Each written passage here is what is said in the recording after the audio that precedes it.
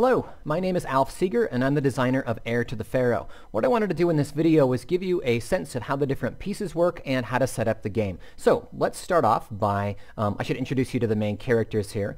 We end up having Anubis right here, who is the jackal dog god, and then Bast, who is the cat goddess. And you two are basically rivals trying to get more favor from the Pharaoh, who is going to lead his kingdom to whichever one of you impresses him more. So more on that in just a little bit. You can see the Pharaoh over here. I should actually turn the board so you can get a look at this guy.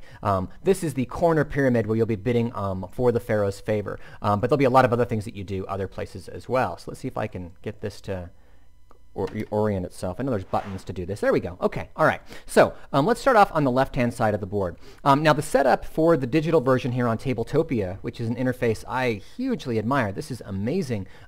Beautiful, crisp, three-dimensional rendering, etc. The way it's set up here is a little bit different than it would be on the paper, cardboard, wood version of this. But you could do it this way, I suppose, if you wanted to. It just it's more convenient in the digital way to do this. So right here, these are called Pharaoh cards. They can be claimed by players later in the game if you have a special animal magic card that lets you do so. They're incredibly powerful and they really annoy your opponent when you get one.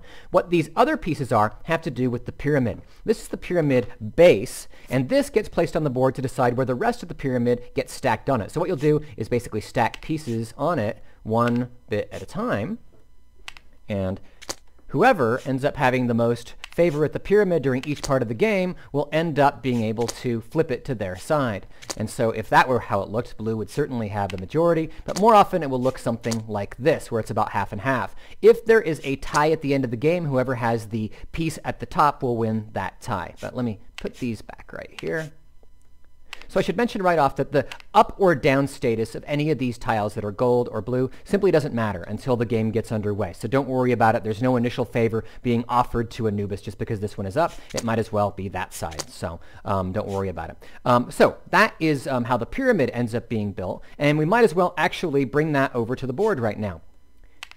So the board here represents the Kingdom of Egypt, and it is going to be where you are going to build different monuments. You'll build obelisks. You'll build, I should probably show some of these. You'll build shrines. You'll build obelisks. And there are also sun temples on the board as well, represented by these different standees. So to create sort of a scenario here, you end up putting the pyramid base anywhere along the Nile River that covers at least 2 spaces of it. So this would be a really good spot to start off with, as with this one. The placement is variable each time you begin, and so it really gives you a different flavor every time you play. The randomization in this game isn't just different, it actually creates a completely different set of play styles, but more on that in a second. All right, so once you've decided collectively where to put the base of the pyramid, where it's going to be built, you'll play animal magic tokens. And so these are places of magical power on the board. If you build a monument on one of those spaces, you're allowed to claim an animal magic card, like this one, for instance, which is Hiss of Bast. Add 1 point to your bid and win all ties this turn. Really valuable sort of option there. All right, let me pop that back into the deck. All right, so I've played one now. Bast begins with that. Then Anubis plays one.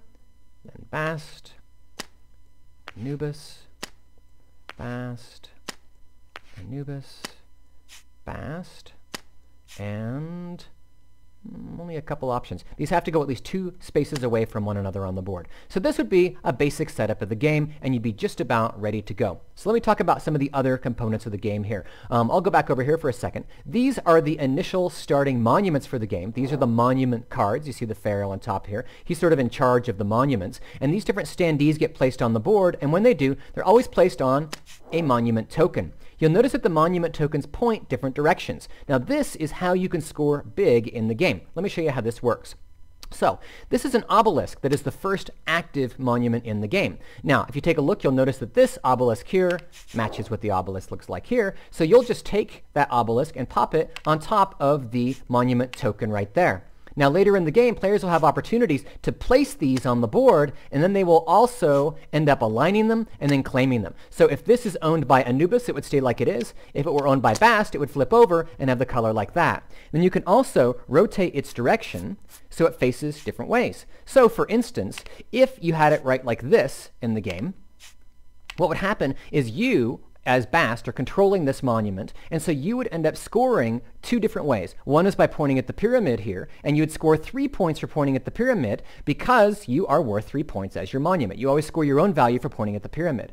But if other monuments were on the board as well, you'd score whatever they are, no matter who owns them. So you might say, put it up here, you would score any alignments that would happen later in the game all the way to the end of the board here, all the way to the end of the board here, and all the way to the end of the board right here. And if I place this in a space that has an animal magic token, I would claim it and then grab an animal magic card. So those are really valuable things. So I wanted to just share that early on. Now, the board itself, I want to talk about the different parts of it. We begin the game right here with Ra. And so we put the sun on the space holding Ra, and we put the 2 player discs in the scarab space. I should scoot everything so you can see it. This is the start space on the scoring track. You record your score by moving around these phased moons on the board. I love how Brian Corman did these. They look gorgeous. So, when you begin the game, you're going to end up bidding on different gods, and those always appear right here. And so, you will start off by having all the gods in one spot, and they will be shuffled. So the option to shuffle, oops, looks like I just flipped that there. There we go. Let me shuffle those. And we'll see that it will change every time which one ends up going on the top. Now, the gods here are all located on the space called the palace. You'll notice there's a crook and flail symbol right here. That means that you're at the palace, and so that's where all the bidding happens for the favor of these different gods. So Ta would be one of the gods here. Lets you claim active monument cards. Let's see if I can grab some of these other ones here as we go along. We have Ra, who will add the player disc to an active sun. We have the Pharaoh you can bid on, and etc. So that's the basic idea of how that works. I just wanted to give you a sense of where everything is on the board. Here are your player tokens. These get placed on the different suns on the board. You would begin by placing it on this sun, and as the sun moves around the board, you'll mark different ones, and when it wraps all the way around to the beginning, then the game ends. And I think that's about it for setup. Once you have this ready to go here, go on to the bidding phase part of the tutorial, and I will explain that to you.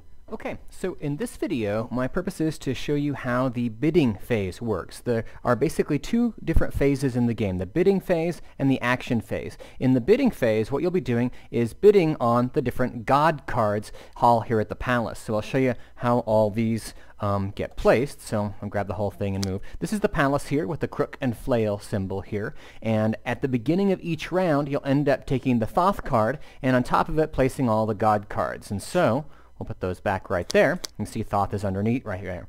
So the top card in this case is Ra. These are shuffled each time, so it'll be random whatever the top card is. But whatever the top card is also receives, you'll notice this, which is the Ankh token. It is the token indicating the Pharaoh's favor. So the Pharaoh's favorite can perform special actions you couldn't perform otherwise. So in this case, Ra, you can see instead of adding a player disc to the active sun and scoring 1 point, you can end up flipping your disc over to double its value to score 2 points. So this is a pretty valuable card to get. So what I've done is I've added all of our bidding cards here to my own hand. And our opponent, what I'm going to do is just gather up all my opponent's cards, set them to the side over here, and shuffle them. Oops, didn't mean to do that. Let's put that back. All right, let me shuffle these. It's a pretty cool mechanism there. And I'm going to have our opponent and I bid on these different cards. And my opponent's going to bid randomly, so he has rather a disadvantage. So, as you can see, I'm playing Bast, the cat goddess here, and our opponent is Anubis. All right, so I'm going to end up deciding what card I want to bid on Ra. It's kind of a valuable card here. And so I'm going to bid something fair to middling, about an 8. And you'll notice that it has a sun on the card here, which means my opponent's 8 will have a moon. And they alternate for each player. And so neither player has really any more power than the other overall, but if we're tied for an 8, it would mean I would win because I have the sun and my opponent would have the moon. Now you'll notice as well, I have 1 animal magic card I've given myself to begin with here. You don't actually get any until at least the second round of the game, but I'm going to have 1 right now, and this would let me perform a special action of exchanging my bid with that of my opponent. So we're going to hold on to that and I'll use it in just a minute. So for now, let me put down my 8. And Tabletopia is built to automatically place things face down if I put them in that bidding area there. And my opponent, I'll give that card right there. I'm going to select them both and flip them simultaneously. All right, we see that my opponent played a very high card, a 10 moon, and I have an 8 sun. So that means that the Ra card was taken by my opponent along with the Pharaoh's favorite marker. All right, so now we're bidding on the Pharaoh. Now the Pharaoh is a special card. The Pharaoh is never claimed by either player. So you'll notice it says the bidding phase means that you move the Pharaoh to the corner pyramid and bid secretly. Now, the term corner pyramid is kind of important because there's more than one pyramid in the game. One of the pyramids is this one on the board. We're going to be building collectively, and you'll notice the pieces for that are over here. They go from big to small, and there are bonuses for the player with the most levels they claim during the game, and you can end up building those levels by bidding on the Pharaoh. So the Pharaoh gets moved to the corner pyramid in this corner, you see right here, and oops, looks like I took the whole thing and didn't mean to. Let's bring those back and put the Pharaoh right there.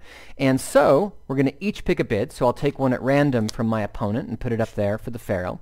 And these are not resolved immediately. They're only resolved every other round whenever the sun marker, which is right here this time, occupies one of these 4 corners. So I'll take a bid, and I'm going to bid low because I'm not going to put too much investment on this, and I'll make sure it's flipped so my opponent can't see it. I guess I'd want to flip it first before I did that. All right, so that leaves us with the next card here. So Geb and Nut. Geb and Nut are the gods who allow you to actually claim some points with whatever monument is placed on the board. The catch is they're not the ones to actually place it. So you need to place cards in coordination with one another with combos to get everything that you want. You'll notice they let you aim and flip the monument token in play to claim it. Now, the current monument token is this one right here. So you see it points 2 different directions, and what it shows on top of it is a sun temple. And so when you end up pointing at something on the board, you end up scoring the points of what you're pointing at. So if I point at an obelisk, it'll be worth 3 points by pointing at it. But if I point at the pyramid, I score my own points, which would be 2. So Geb and Nut are pretty valuable for claiming this piece right here. So how about I do something a little bit sneaky? What I'm going to do is I'm going to bid really low. I'm going to, actually, before I bid, sorry, let me do this right. Before you end up placing your bid, you have to declare if you're going to play an animal magic card. So I'm going to. This animal logic card will let me exchange my bid with that of my opponent. So what I'm going to do is I'm going to flip it first thing off. I'm going to put it down here, and I'm going to declare I'm playing animal magic. And my opponent, let's just give them a random animal magic card they're going to play and see what ends up happening, right? Now I place my bid. It's going to be that 1, and we'll have our opponent place a bid. Now, before we resolve these, we have to resolve animal magic cards. So I'm going to flip those both simultaneously, and you'll notice that our opponent has Bark of Anubis, and I have Animal Logic.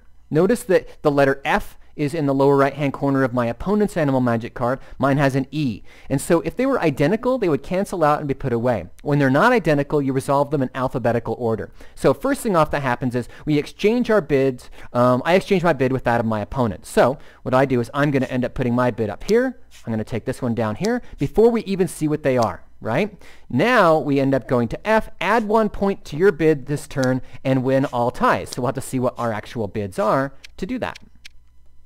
All right, so it looks like adding 1 to 1 is not going to be enough for this card to end up netting Anubis any extra points, and so I end up claiming Geb and Nut. Now you'll notice that Anubis is now using a Bast card. That's no problem at all. We're going to be exchanging cards throughout the game. This would be a good time for me to mention, I'll set these aside for a moment, that as you end up bidding, you'll notice you're keeping track of all your used cards. That's important for a couple of reasons. One of the reasons is that you want to be able to see what your opponent has played. If you know that they've played a 10, you'll know you're going to be pretty secure playing a 9 sun, for instance. It's not going to be beatable.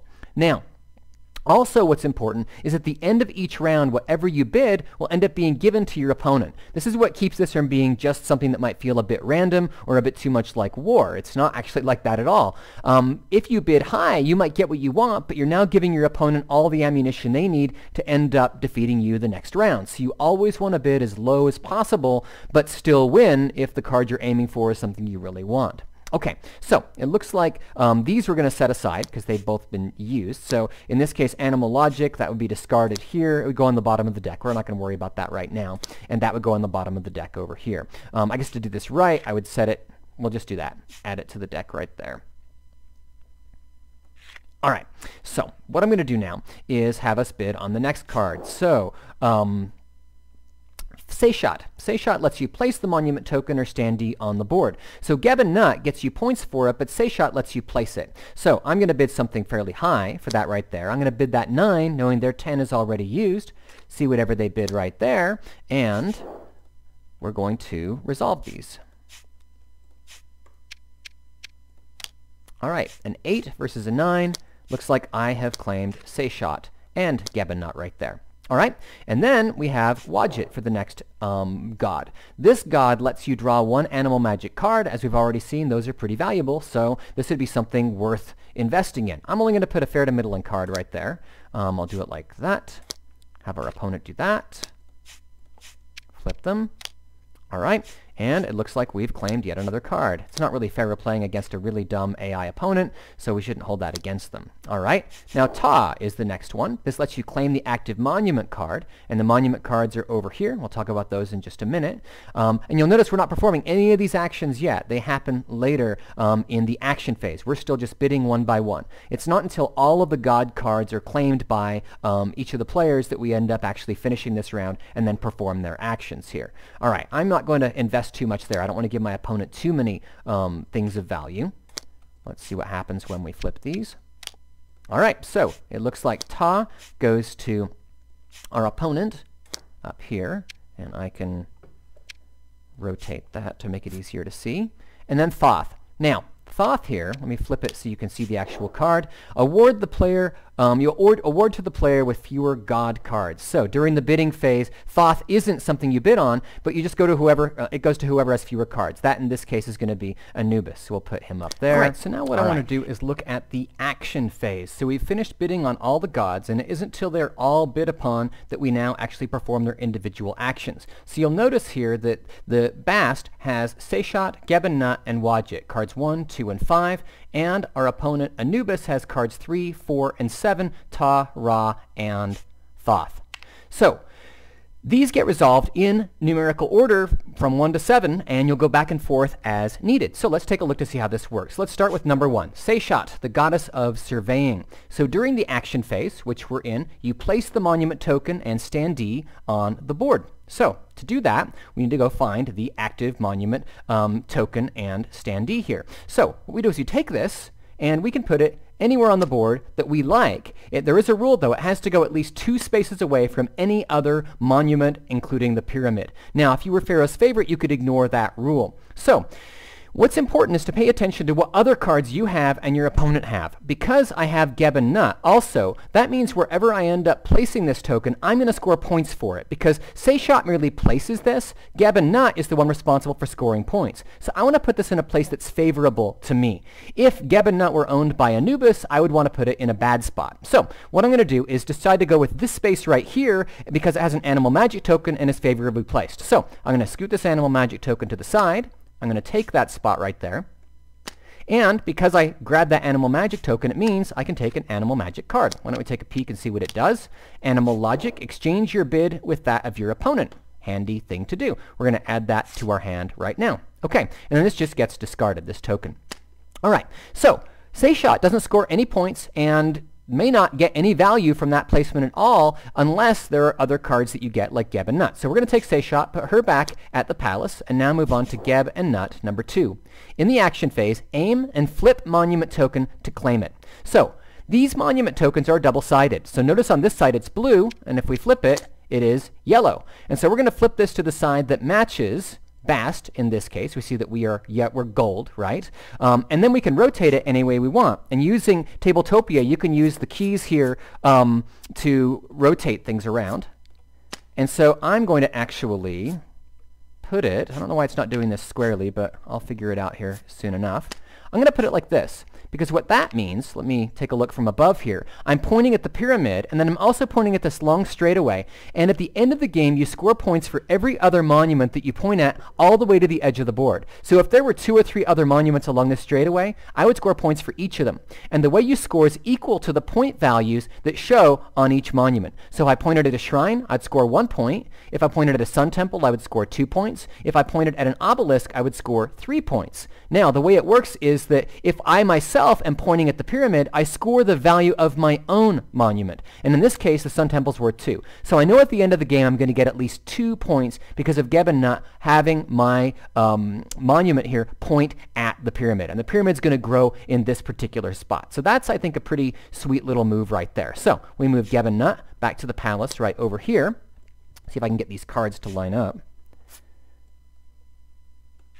Okay, so now those are being added to make a new deck. At the end of each round, we're going to reshuffle the God cards, so it's important to stack them as you go along to keep things easy. So, number 1, number 2 has been done. Now, number 3, we've got to go up here to Anubis, who has Ta, God of Stonecraft. In the action phase, you claim the active monument card, and you immediately score 1, 3, 5, or 7 points based on how many cards of that type you already have. So the active monument card is a Sun Temple. So we're going to bring that Sun Temple over to Anubis here, and because it is Anubis's first Sun Temple, Anubis scores 1 point. So I'm going to grab Anubis, move 1 space on the scoring track. Gotta say, what a cool interface. Okay, all right, so that's number 3, Ta, so we're gonna put that back over there. Now number 4, Ra. During the action phase, you add the player disc to the active sun and score 1 point. All right, so in this case here, I don't know how this happened with Thoth getting the that token there. We'll have to figure out what happened with that. What we're going to do, actually, we're going to make this simple. I'm going to end up saying that Ra had that token there to make this easier. So we're going to say this is the Pharaoh's favorite, and that means you can flip this disc to double its value and make it worth 2 points instead of 1. So we take one of our player discs here, and where it goes is on the active sun. So the active sun is right here. We're going to slide out of the way just a little bit, add our token to it. We would score 1 point, but because we had Pharaoh's favorite, we're going to flip it. You see it says ×2, so we score 1, 2 points right there. Okay? All right? So we end up setting that to the side. We'll add Ra to the gods at the palace. All right? And now we're at number 5, Wadjet, Goddess of Divine Protection. In the action phase, you draw 1 animal magic card. And so the animal magic card in this case, so because this is Bast who's drawing it, I'll take one right here, and we'll immediately add it to our hand, and we see it's Stealth of the Cat. Move your current bid to the corner pyramid, which is pretty sweet. And then Wadjet goes back to the pile right there.